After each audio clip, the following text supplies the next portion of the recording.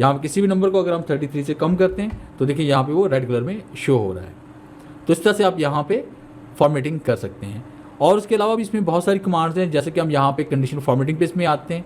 और उसके बाद आपने यहाँ पे ग्रेटर देन हमारे पास है, ग्रेटर देन में हमने यहाँ पे टाइप किया 70 कि 70 से ऊपर हमारे पास यहाँ पे कितने यहाँ पे लोग हैं जिन्होंने 70 से ऊपर नंबर हासिल किए, वो सब हमारे पास एक ही बंदा है जिसमें 85 मार्क्स ने हासिल किए हैं। इस तरह से अगर यहाँ पे टाइप करते हैं कि इसमें 55 से अबव कितने लोगों ने नंबर हासिल किए हैं, तो यहाँ पे 1 2 3 4 ऐसे लोग हैं जिन्होंने 55 से ऊपर नंबर हासिल किए हैं। तो इसी तरह से आपने ये कंडीशनल फॉर्मेटिंग यहाँ से अप्लाई करनी है। लेस देन भी कर सकते हैं, बिटवीन भी कर सकते हैं, इक्वल टू भी कर सकते हैं। इस तरह से आप यहाँ पे टॉप पोजीशन मालूम कर सकते हैं, टॉप परसेंटेज मालूम कर सकते हैं, बॉटम की लाइन मालूम कर सकते हैं, अबव एवरेज मालूम कर सकते हैं। तो यहाँ पे क्लिक करके जैसे टॉप 10 एलिमेंट हमारे पास है इसमें, तो टॉप 10 एटम में हमने यहाँ पे नंबर 3 मैंने टाइप किया, तो टॉप 3 पोजीशन ये है हमारे पास 65, 85 एंड 65। और उसके बाद टॉप 5 पोजीशन हमारे पास ये वाली है। इस तरह से करके हम यहाँ पे फॉर्मेटिंग कर सकते हैं। और अगर आप इसमें कलर्स अप्लाई करना चाहते हैं तो इस जगह हम क्लिक करेंगे, यहाँ पे डाटा बार हमारे पास है, तो यहाँ पे कलर के जरिए भी आप अंदाज़ा लगा सकते हैं कि जिसकी कलर की रेंज ज़्यादा है उसने मार्क्स ज़्यादा हासिल किए हैं, वो टॉपर है, जिसकी कम है वो फेल है। और उसके बाद यहाँ पे क्लिक करके कलर्स को हम डिफरेंट शेड भी हम दे सकते हैं। इस तरह आइकन हमारे पास हैं, अब जिनके एरोज ऊपर की तरफ जा रहे हैं इसका मतलब ये हुआ कि वो पास हैं, जिनके नीचे की तरफ आ रहे हैं इसका मतलब क्या हुआ, वो फेल है। इस तरह यहाँ से हम सिग्नल दे सकते हैं, जिनका सिग्नल 2 या 2 से ऊपर जा रहे हैं वो पास है, जिनके सिग्नल 1 आ रहे हैं इसका मतलब क्या हुआ, वो फेल है। तो इस तरह से करके हम फॉर्मेटिंग इसमें अप्लाई कर सकते हैं। और उसके बाद नेक्स्ट कमांड इसमें आ रही है फॉर्मेट एज टेबल, कि आपने फॉर्मेटिंग करनी है इसमें टेबल की तरह। तो आपने यहाँ पे एक और शीट यहाँ पे हम इंसर्ट करते हैं, इसका जूम हम बढ़ा लेते हैं इस तरह से। और उसके बाद कोई भी डाटा हम यहाँ पे टाइप करते हैं, जैसे मैंने यहाँ पे नेम लिखा और उसको मैंने टाइप करी यहाँ पे फादर्स नेम, और उसको मैंने टाइप कर लिया कॉन्टैक्ट नंबर, उसको मैंने टाइप किया सिटी, और उसको मैंने टाइप कर लिया अमाउंट।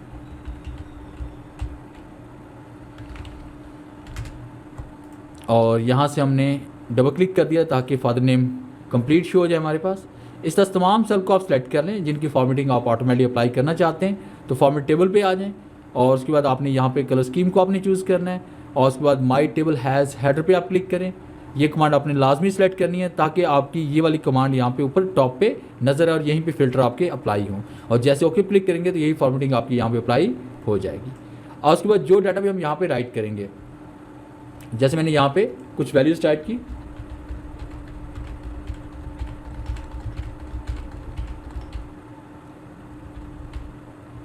अब देखिए वैल्यूज़ मैंने यहाँ पे टाइप कर ली है। वैल्यू टाइप करने के बाद अब जैसे ही आप टेबल के अंदर क्लिक करेंगे तो यहाँ पे एक न्यू टैब हमारे पास ओपन हुआ है डिज़ाइन का। आपने डिज़ाइन पे क्लिक किया हुआ है। उसके बाद देखिए हमारे पास यहाँ पे जो फर्स्ट कमांड हमसे पढ़ने वाले हैं वो है हेडर, कि अगर आप हेडर को यहाँ से हाइड करना चाहते हैं, देखिए हेडर यहाँ से हाइड भी हो जाएंगे और शो भी हो जाएंगे। अगर आप टोटल यहाँ पे शो करवाना चाहते हैं, यहाँ देखिए टोटल हमारे पास यहाँ पे 14,600 रुपये हो गए। और यहाँ पे क्लिक करके आप इसमें एवरेज भी इसकी मालूम कर सकते हैं। यहाँ पे क्लिक करके आप इसमें काउंट भी, इसमें टोटल वैल्यू कितनी है उसको आप काउंट कर सकते हैं। यहाँ पे टोटल नंबर्स कितने हमारे वो भी हम काउंट कर सकते हैं। मैक्सिमम वैल्यू इसमें कौन सी है वो भी काउंट कर सकते हैं। मिनिमम वैल्यू कौन सी है हमारे पास, उसके बाद जमा वगैरह भी हम इसमें कर सकते हैं और बाकी फॉर्मूलाज भी इसमें अप्लाई कर सकते हैं मोर फंक्शन पे क्लिक करके। और उसके साथ हम यहाँ पे क्लिक करेंगे और उसके बाद फर्स्ट कॉलम में कलर आपने अप्लाई करना है। फर्स्ट कॉलम में कलर अप्लाई करने के लिए ज़रूरी है कि पहले आपने इस तरह का अपने फॉर्मेट सेलेक्ट करना है जिसमें फर्स्ट कॉलम में कलर अप्लाई हो। अब जैसे यहाँ पे क्लिक करेंगे हाइड हो जाएगा और शो हो जाएगा। इस तरह से लास्ट कॉलम में अप्लाई हो जाएगा और ये रिमूव हो जाएगा। इस तरह से बैंडेड कॉलम में, यानी एक के बाद दूसरे कॉलम में ये अप्लाई होगा और यहाँ से रिमूव हो जाएगा। और ये हमारे पास फिल्टर बटन है, फिल्टर बटन यहाँ से हाइड हो जाएंगे और शो हो जाएंगे। इस तरह से हाइड एंड शो हम इसको कर सकते हैं। कलर स्कीम चेंज करना चाहते हैं तो यहाँ पे क्लिक करके आप कलर स्कीम को चेंज कर सकते हैं, अपनी मर्जी से कोई भी कलर यहाँ पे अप्लाई कर लें। तो इस तरह से आप इसमें फॉर्मेटिंग भी कर सकते हैं। अगर आप इसको डिलीट करना चाहते हैं तो तमाम सेल को सिलेक्ट करें और कीबोर्ड से डिलीट का बटन प्रेस करें, ये आपका सारा डाटा यहाँ से डिलीट हो जाएगा। उसके बाद नेक्स्ट कमांड हम पढ़ने जा रहे हैं इसमें स्टाइल के बारे में, कि आपने स्टाइल किस तरह से अप्लाई करने हैं, कलर स्कीम्स आपने किस तरह से अप्लाई करनी है। आपके पास जो डाटा यहाँ पे लिखा हुआ है उसको आपने गुड, बैड, न्यूट्रल, कैलकुलेशन के लिए, नोट्स के लिए या लिंक्स के लिए आप कौन कौन से यहाँ पे फॉर्मेटिंग कर सकते हैं। जैसे कि मैंने यहाँ पे टाइप कर लिया, यहाँ टाइप कर लिया name, class, roll number, subject, course and timing. तो इस तरह से हमने ये डाटा यहाँ पे टाइप किया। डाटा टाइप करने के बाद अगर आप यहाँ पे कलर्स अप्लाई करना चाहते हैं, जैसे यहाँ पे देखिए हमने बैड दे दिया, बैड कलर यहाँ से शो करवाएंगे, ये नॉर्मल हो जाएगा। ये गुड कलर है, ये न्यूट्रल है, ये कैलकुलेशन के लिए होगा। ये नोट्स वगैरह बनाने के लिए होगा, और ये लिंक कलर हमारे पास है। तो इस तरह से क्लिक करके आप इसमें कोई भी कलर यहाँ पे अप्लाई कर सकते हैं, और चाहें तो इसकी रेंज आप यहाँ से परसेंटेज में बढ़ा सकते हैं थीम सेल स्टाइल से। कि यहाँ क्लिक करके 20%, 40%, 60% या 100% भी आप इसको कर सकते हैं। तो ये कलर स्कीम आपने यहाँ से अप्लाई करनी है। उसके बाद नेक्स्ट पॉइंट हम पढ़ने वाले हैं इसमें इंसर्ट में सेल इंसर्ट करने के बारे में, रो इंसर्ट करने के बारे में, एंड कॉलम इंसर्ट करने के बारे में, और शीट इंसर्ट करने के बारे में, कि किस तरह से हमने यहाँ पे सेल, शीट, कॉलम एंड रोज को इंसर्ट करना है। अब देखिए हमारे पास यहाँ पे कुछ डाटा लिखा हुआ है, जैसे मैंने यहाँ पे नेम और क्लास मैंने टाइप किया। अब इस जगह मुझे एक न्यू सेल चाहिए, तो इंसर्ट पे आना है। इंसर्ट पे क्लिक करने के बाद हम यहाँ पे सेल पे क्लिक करेंगे, और उसके बाद जैसे मौके पे क्लिक करेंगे तो यहाँ पे एक न्यू सेल आपको मिल जाएगा। अगर आप इंसर्ट पे आते हैं, इंसर्ट रो पे क्लिक करते हैं तो यहाँ पे एक रो आपको मिल जाएगी। अगर आप इंसर्ट पे आते हैं, इंसर्ट कॉलम पे क्लिक करते हैं तो यहाँ पे एक न्यू कॉलम आपको मिल जाएगा। अगर आप इंसर्ट पे आते हैं, इंसर्ट शीट पे क्लिक करते हैं तो आप देखिए यहाँ पे आपको शीट नंबर 10 मिल जाएगी। तो इस तरह से हम यहाँ पे कॉलम, रोज, सेल्स और शीट को इंसर्ट कर सकते हैं। अगर आप डिलीट करना चाहते हैं किसी भी सेल को, जैसे मैंने यहाँ पे सब्जेक्ट मार्क्स टोटल लिख दिया। अब उसको इस सेल को हम डिलीट करना चाहते हैं तो हमने यहाँ पे डिलीट पे क्लिक किया, सेल पे क्लिक किया और ओके क्लिक किया तो सेल डिलीट हो जाएगा। इस तरह से अगर हम यहाँ पे रो को डिलीट करना चाहते हैं तो सब्जेक्ट, मार्क्स एंड टोटल, ये तमाम आपकी सेल रो डिलीट हो जाएगी। और उसके बाद अगर आप कॉलम को डिलीट करना चाहते हैं, जिस तरह मैंने यहाँ पे कुछ डाटा लिखा हुआ है, नेम, और यहाँ पे टाइप कर लेते हैं जाहिद मुनीर एंड गोपाल, और उसके बाद अगर हम इस पूरे कॉलम को डिलीट करना चाहते हैं तो आपने डिलीट पे आना है एंड डिलीट कॉलम पे क्लिक करें, पूरा कॉलम आपका डिलीट हो जाएगा। इसी तरह से अगर आप शीट को डिलीट करना चाहते हैं तो आपने डिलीट शीट पे क्लिक करना है, और उसके बाद डिलीट पे आप क्लिक करेंगे तो ये शीट आपकी हमेशा के लिए डिलीट हो जाएगी, अंडू करने से भी ये वापस नहीं आएगी। तो इस तरह से हम यहाँ पे डिलीट भी कर सकते हैं। उसके बाद नेक्स्ट पॉइंट में पढ़ने वाले हैं इसमें फॉर्मेट के बारे में, कि आपने फॉर्मेटिंग किस तरह से करनी है। तो यहाँ से देखिए हम टेक्स्ट टाइप करते हैं, जैसे मैंने बल्कि टेक्स्ट सेल को हम सेलेक्ट करते हैं, और सेल को सेलेक्ट करने के बाद आपने फॉर्मेट पे आना है, और उसके बाद हम बात करेंगे रोज़ हाइट के बारे में, कि आप रोज़ की हाइट को बढ़ाना चाहते हैं। जैसे हमारे पास रो 1 है, 2 है, 3 है, 4 है, इनको सेलेक्ट करने के बाद आपने फॉर्मेट पे आना है, रो हाइट पे आप आएंगे, 15 की बजाय हमसे कर लेते हैं 30, तो आप देखिए यहाँ पे रो की हाइट बढ़ जाएगी। अगर आप इसको कम करना चाहते हैं या इसे दोबारा सेट करना चाहते हैं तो आपने ऑटो फिट रो पे क्लिक करें, दोबारा से जैसे पहले थी वैसे की वैसी हो जाएगी हमारे पास। फिर इसके बाद हम बात करेंगे इसमें कॉलम विड्थ के बारे में। तो आपने इन तमाम सेल को आप सेलेक्ट करें, आप फॉर्मेट पे हैं, फॉर्मेट पे क्लिक करने के बाद आपने कॉलम विड्थ पे आना है। कॉलम विड्थ आपके पास 8.43 है, हम इसको बढ़ा के कर लेते हैं, यहाँ पे 15 कर लेते हैं, और जैसे एंटर प्रेस करते हैं तो आप देखिए यहाँ पे कॉलम की चौड़ाई आपकी बढ़ चुकी है। और उसके बाद हम चाहते हैं कि कॉलम की विड्थ पहले जैसी रहे, तो आप फॉर्मेट पे आ जाएं। उसके बाद आपने डिफ़ॉल्ट विड्थ पे आपने क्लिक करना है, और यहाँ पे देखिए डिफ़ॉल्ट विड्थ जो हमारे पास है वो कितनी है, 8.43।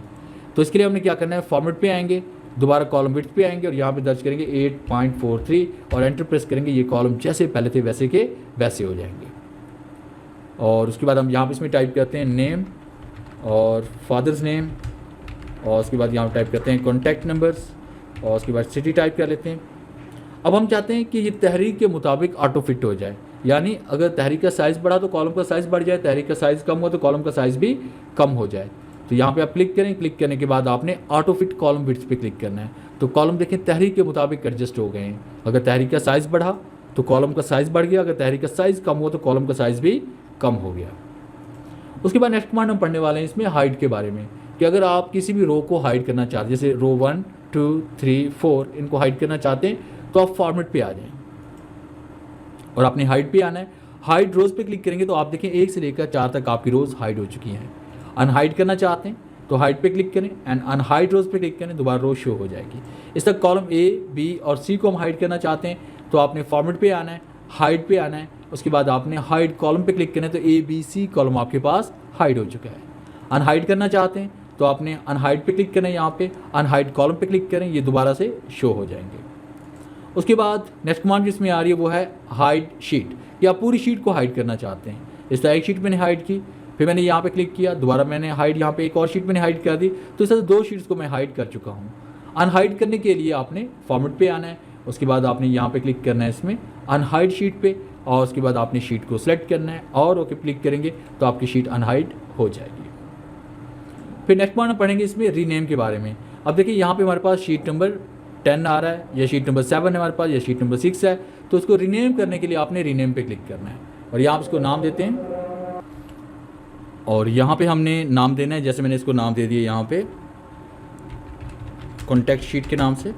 तो आप देखिए यहाँ से इस तरह से हम रीनेम भी कर सकते हैं, यानी जिस शीट को आप अगर रीनेम करना चाहते हैं उस शीट को आपने ओपन करना है, उस पर क्लिक करना है, फिर उसके बाद आपने फॉर्मेट पे आना है और रीनेम पे क्लिक करना है और उसको यहाँ पे हम नाम दे सकते हैं, जैसे मैंने इसको नाम दिया रिजल्ट कार्ड। तो उसका फ़ायदा ये होगा कि आपको यहाँ पे पता चल सकेगा कि किस शीट में किस तरह का डाटा मौजूद है।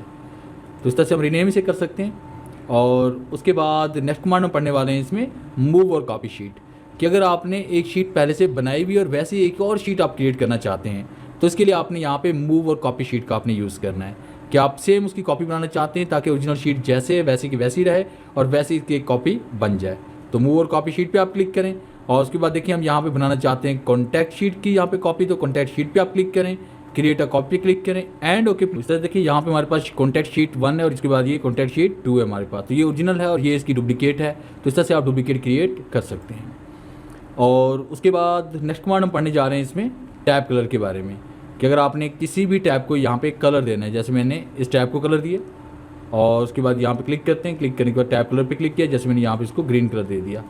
तो जैसे कि हम यहाँ पढ़ चुके हैं कि good colour, neutral colour, notes या कैलकुलेशन, तो इस तरह से आप यहाँ पे शीट को भी, टैब को भी आप कलर दे सकते हैं। और नेक्स्ट कमांड में पढ़ने वाले हैं इसमें प्रोटेक्ट शीट के बारे में, कि आपने शीट पे प्रोटेक्शन अप्लाई करनी है ताकि आपकी शीट के अंदर कोई भी इसमें चेंजिंग ना कर पाए, इसमें कोई भी डाटा ऐड ना कर पाए। तो इसके लिए हम प्रोटेक्ट शीट पे क्लिक करते हैं और यहाँ पासवर्ड टाइप करते हैं, जैसे 1 2 3 एंटर प्रेस करते हैं, 1 2 3 एंटर प्रेस करते हैं। और देखिए यहाँ पे कुछ भी अगर हम राइट करेंगे तो यहाँ पे लिखा नहीं जाएगा, कुछ भी अगर डिलीट करेंगे तो यहाँ से डिलीट भी नहीं होगा। तो इस तरह से आप यहाँ प्रोटेक्शन अप्लाई कर सकते हैं। फाइल ओपन ज़रूर होगी, पढ़ी ज़रूर जाएगी, मगर इसमें चेंजिंग नहीं होगी। तो आप यहाँ पे क्लिक करें, अनप्रोटेक्ट शीट पे क्लिक करें, पासवर्ड 1 2 3 हम टाइप करते हैं, एंटर प्रेस करते हैं, तो देखिए यहाँ पे आपका ये अप्लाई हो गया है। और उसके बाद हम यहाँ पे नेक्स्ट कमांड में बात करेंगे इसमें ऑटो सम के बारे में, कि ऑटो सम हमने किस तरह से अप्लाई करना है इसमें। कि जैसे मैंने यहाँ पे वैल्यूज़ कुछ टाइप कर ली, जैसे 500 200 500 400, इन सबको अगर आप जमा करना चाहते हैं तो आपने यहाँ पे ऑटो सम पे आना है, सम पे क्लिक करें, एंटर प्रेस करें, तो आप देखिए यहाँ पे 2100 इसमें जवाब इसमें आ रहा है। और उसके साथ और भी बहुत सारे फॉर्मूलाज हैं, जैसे यहाँ पे एवरेज है, आप यहाँ पे एंटर प्रेस करें, इसमें एवरेज हमारे पास 420 इसमें आ रही है। और इसी तरह से फिर हम यहाँ पे क्लिक करते हैं, इसमें काउंट नंबर्स के टोटल नंबर्स हमारे पास कितने हैं, 5 हैं। किसी एक नंबर को हम डिलीट करें तो यहाँ पे टोटल हमारे पास नंबर हो जाएंगे 4। तो इस तरह से आप यहाँ पे काउंट भी कर सकते हैं कि आपके पास टोटल नंबर्स कितने हैं। फिर हम यहाँ पे क्लिक करते हैं, मैक्सिमम के सबसे बड़ी वैल्यू इसमें कौन सी है, तो यहाँ 500 सबसे बड़ी वैल्यू है। सबसे छोटी वैल्यू अगर हम मालूम करना चाहते हैं तो यहाँ पे मिनिमम पे क्लिक करते हैं और एंटर प्रेस करते हैं, तो यहाँ पे देखिए 200 हमारे पास सबसे मिनिमम वैल्यू है। और उसके बाद नेक्स्ट कमांड हम पढ़ने जा रहे हैं इसमें फिल के बारे में, कि आपने यहाँ पे कोई भी डाटा यहाँ पे लेफ्ट राइट टॉप बॉटम अगर आप फिल करना चाहते हैं, जैसे मैंने यहाँ पे फाल्कन लिखा, फाल्कन टाइप करने के बाद मैं चाहता हूँ कि यहाँ पे लेफ्ट टू राइट फाल्कन ही फिल हो, तो आपने नेम के साथ बाकी उन तमाम सेल को सिलेक्ट कर लें जिनमें आप फाल्कन लिखना चाहते हैं। आप राइट पे क्लिक करें, देखिए फाल्कन राइट की तरफ फिल हो गया। इसी तरह से इसको हम सेलेक्ट करके नीचे की तरफ लेके आते हैं, आपने फिल पे आना है, फिल पे आने के बाद यहाँ पे क्लिक करते हैं इसमें आप डाउन पे, तो डाउन की तरफ फिल हो जाएगा। इस तरह से अगर हम लेफ्ट करेंगे तो लेफ्ट की तरफ फिल होगा, अगर राइट करेंगे तो राइट की तरफ, और टॉप करेंगे टॉप की तरफ, और बॉटम को बॉटम की तरफ हम इसे कर सकते हैं। और एक इसमें और कमांड इसमें आ रही है सीरियस फिल के बारे में बात करेंगे कि सीरियस फिल क्या होती है। फर्स्ट कीजिए कि आपने यहाँ पे टाइप किया जून, और जून टाइप करने के बाद आप चाहते हैं कि यहाँ पर जून के बाद जितने मंथ इसमें आते हैं वो ऑटोमेटिक इसमें फिल हो जाएं। तो आप सीरीज पे क्लिक करें, फिर आपने ऑटो फिल पे क्लिक करना है और उसके बाद आपने ओके क्लिक करना है, तो आप देखें बाकी इसमें मंथ ऑटोमेटिक फिल हो चुके हैं। इसी तरह से अगर आप यहाँ पे टाइप करते हैं, जैसे मैंने यहाँ टाइप किया फ्राइडे, तो फ्राइडे के बाद बाकी डेज जितने भी वो यहाँ पे खुद ब खुद फिल होने चाहिए। तो आप फिल पे आ जाएँ, सीरीज फिल पे क्लिक करें, ऑटो फिल पे क्लिक करें एंड ओके क्लिक करें, तो इसमें देखें बाकी डेज के नाम खुद ब खुद फिल हो गए। इसी तरह से अगर आप यहाँ पे 2020 टाइप करते हैं और 2020 टाइप करने के बाद आप अगर इसको यहाँ पे फिल करते हैं, तो ये देखिए आपके पास यहाँ पे 20 के बाद अगर आपने यहाँ पे इसको फिल किया हुआ है, और उसके बाद आप यहाँ पे सीरीज फिल पे क्लिक करते हैं, फिल एंड सीरीज फिल, और उसके बाद ऑटो फिल करते हैं, तो यहाँ पे देखें 2020 के बाद 21 नहीं आएगा, क्योंकि 2020 की चीज़ के प्राइस भी हो सकते हैं। तो हमें कंप्यूटर को हिंट देनी पड़ती है कि 2020 के बाद हम यहाँ पे 2021 लाना चाहते हैं, और इस तरह से हम इसको सेलेक्ट करते हैं। सेलेक्ट करने के बाद अब आप यहाँ पे देखेंगे कि जितने भी ईयर्स हम यहाँ पे टाइप करेंगे, ठीक है, यहाँ पे जो आएंगे वो ऑटोमेटिकली यहाँ पे फिल हो जाएंगे, जैसे 2020 के बाद 2031 तक इसमें आ रहा है। तो इस तरह से भी आप फिल कर सकते हैं। इसका दूसरा आसान तरीका ये होता है कि आपने यहाँ पे संडे टाइप किया और उसके बाद यहाँ पे कॉर्नर पे क्लिक करके इसको ड्रैग भी कर सकते हैं। इस तरह आपने यहाँ पे 1 और 2 टाइप किया, इन दोनों को सेलेक्ट करें, इसको आप ड्रैग भी कर सकते हैं, ये हो जाएगा आपका। तो इतना कर लेने के बाद आगे हम बात करेंगे इसमें क्लियर के बारे में, कि आपने इन तमाम सेल को आपने सेलेक्ट किया, आपने यहाँ पे कलर फिल किया और उसके बाद आपने यहाँ पे इसका फाउंड साइज़ आपने चेंज किया, और अगर हम क्लियर पे क्लिक करते हैं और ऑल पे क्लिक करेंगे तो क्या होगा, सारा डाटा यहाँ से रिमूव हो जाएगा। और अंडू करते हैं, दोबारा से वापस लेके आते हैं। फिर इसके बाद अगर आप यहाँ पे क्लिक करते हैं क्लियर पे क्लिक करने के बाद क्लियर फॉर्मेट करेंगे तो क्या होगा, यहाँ पे कलर स्कीम आपकी रिमूव हो जाएगी। एक बार फिर से हम अंडू करते हैं, फिर क्लियर पे क्लिक करने के बाद क्लियर कंटेंट्स करेंगे तो क्या होगा, तहरीर डिलीट हो जाएगी मगर कलर स्कीम डिलीट नहीं होगी। तो इसी तरह से कमेंट्स और हाइपर लिंक को भी हम डिलीट कर सकते हैं। आगे नेक्स्ट कमांड हम बात करेंगे इसमें सॉर्ट के बारे में, A to Z या Z to A की तरफ डाटा हम किस तरह से सेट कर सकते हैं। तो जैसे मैंने यहाँ पे कुछ नाम लिखे, जैसे मैंने यहाँ पे लिखा जाहिद, ज़ीशान, माजिद, राशिद, काशिफ, जावेद, असद, अली, अनिल, और यहाँ पे टाइप करते हैं Gopal and Majid and Basat and Chand and Deepak. अब हम चाहते हैं कि डाटा हम तरतीब देना चाहते हैं यहाँ पे A to Z की तरफ, तो इनको आप सेलेक्ट करें, आपने सॉर्ट पे आना है, सॉर्ट A to Z कर लें तो यहाँ पे देखें सबसे ऊपर A वाले नाम और लास्ट में Z वाले नेम आएंगे। फिर हम क्लिक करते हैं सॉर्ट और उसके बाद Z to A, तो डाटा देखिए आपका Z to A की तरफ इसमें आ जाएगा। इस तरह से आप सॉर्ट इसमें कर सकते हैं। और नेक्स्ट पॉइंट हम बात करेंगे इसमें फाइंड के बारे में, कि अगर आप फाइंड पे क्लिक करते हैं, फाइंड पे क्लिक करने के बाद मैंने यहाँ पे लिखा ज़ीशान, और उसके बाद जैसे हम फाइंड पे क्लिक करते हैं ज़ीशान जहाँ भी होगा वो हाईलाइट हो जाएगा। और से रिप्लेस करना चाहते हैं ज़ीशान को, किसके बदले हम यहाँ पे यासर खान के बदले चेंज करना चाहते हैं, तो हमने रिप्लेस पे क्लिक किया तो एक जगह तब्दीली होगी, रिप्लेस आप पे क्लिक करेंगे तो जहाँ जहाँ ज़ीशान लिखा होगा ओपन फाइल में वहाँ पे चेंजिंग हो जाएगी। तो रिप्लेस करते हैं तो आप देखें ज़ीशान की बजाय यहाँ पे यासर खान लिखा गया। और उसके बाद नेक्स्ट कमांड में आ रही है गो टू, जिसमें हम बात करेंगे फॉर्मूलाज के बारे में, कमेंट्स, कंडीशनल फॉर्मेटिंग, कांस्टेंट्स और उसके बाद डाटा वैलिडेशन। ये कुछ कमांड ऐसी हैं जो हम कुछ पढ़ चुके हैं और कुछ अभी पढ़ने वाले हैं। तो इसमें अगर आप फॉर्मूलाज पे जाना चाहते हैं तो सिर्फ आपने फॉर्मूलाज पे क्लिक करना है, तो आपके फॉर्मूलाज जहाँ जहाँ भी ऐड होंगे, जैसे मैंने यहाँ पे कुछ वैल्यूज़ टाइप कर ली और उसके बाद मैंने यहाँ पे फॉर्मूला इसमें ऐड कर लिया, जैसे एक फार्मूला ये है हमारे पास और फिर इसके बाद दूसरा फार्मूला ये है हमारे पास, फिर मैंने यहाँ पर कुछ और वैल्यूज़ इसमें टाइप कर ली और यहाँ पे तीसरा फार्मूला हमारे पास ये वाला आ गया। तो 3 फार्मूलाज हमारे पास हैं। हम फार्मूलाज पे जाना चाहते हैं तो जैसे हमने फार्मूलाज पे क्लिक किया तो आप देखें यहाँ पे जहाँ जहाँ फार्मूलाज लिखे हुए थे वो यहाँ पे हाईलाइट हो चुके हैं। अगर आप सिर्फ वैल्यूज़ पे जाना चाहते हैं तो आपने यहाँ पे क्लिक करना है, कांस्टेंट्स पे आप क्लिक करेंगे तो आप देखिए इस तरफ आपकी वैल्यू सेलेक्ट हो रही है मगर फार्मूला आपका सेलेक्ट नहीं हो रहा है। तो इस तरह से आप यहाँ पे इन कमांड को यूज़ करते हुए आप डाटा वैलिडेशन पे, कांस्टेंट्स पे, कंडीशनल फॉर्मेटिंग पे आप जा सकते हैं। क्योंकि अभी हम लोगों ने डाटा वैलिडेशन और उसके बाद कमेंट्स के बारे में अभी नहीं पढ़ा, ये आगे चल के हम पढ़ेंगे। तो ये था हमारा आज का लेक्चर MS एक्सेल के बारे में, जिसमें मैंने कोशिश की कि मैक्सिमम आपको इस लेक्चर में मैं पढ़ा दूँ। तो आगे नेक्स्ट लेक्चर में हम बात करेंगे इसमें इंसर्ट और पेज लेआउट के बारे में। इस लेक्चर से रेलेवेंट अगर आपके माइंड में कोई भी सवाल है तो आप कमेंट्स में ज़रूर पूछें। अगर वीडियो अच्छी लगी है तो इसे लाइक करें और अपने दोस्तों के साथ शेयर करें। मिलते हैं हम नेक्स्ट लेक्चर में, तब तक के लिए गुड बाय।